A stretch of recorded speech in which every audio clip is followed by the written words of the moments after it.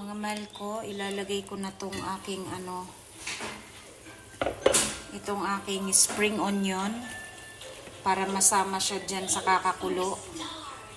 Ayan, hayaan ko lang po siya. Mga mahal ko, ayan, kulong-kulo na po at malambot na ang ating chicken. Ilagay ko na po itong ating sayote. At ang akin pong ilalahok na gulay dito ay bok choy dahil wala po kami ditong malunggay.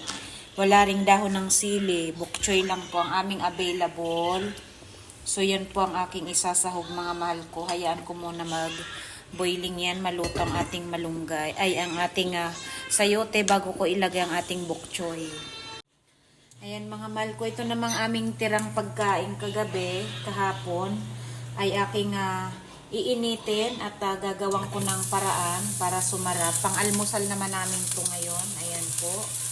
At ipa-fried ko ng bahagi itong okra. Isabay ko na rin itong aking liempo dahil iinit lang naman po yan.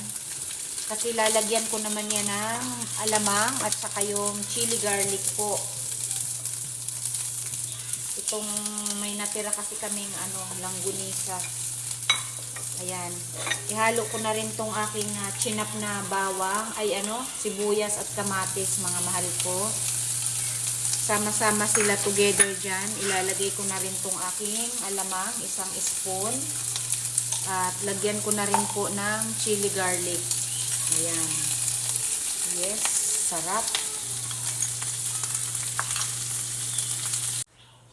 Ilagay ko na rin ang aking bok choy kasi super boiling na. Ayan. Para maluto na natin yan mga mahal ko. Ayan po. Luto na. Yummy ang ating pang lunch. Hanggang gabi na po namin yan. At pag may tira pa rin hanggang bukas, ganyan naman tayo kumain. Takpan ko lang siya mga mahal ko. At ito na may i-off ko na rin. Napakasarap. Ayan, ni-recycle natin ang ating tirang liempo kahapon. Nilagyan ko ng okra. At ininit ko na rin, isinama ko na para uminit ang aming tirang langgunisa. Ayan, mayroon po yan chili garlic at alamang, sibuyas, kamatis. Ayan, luto na siya mga mahal ko. Very yummy. Wala lang pangalan yan. Ayan. Ayan na ang ating tinola. Lutong-luto na. Bok choy ang ating halong gulay mga mahal ko. Ayan. May sabaw kami. At ito naman po ang ating ni-recycle. Ayan.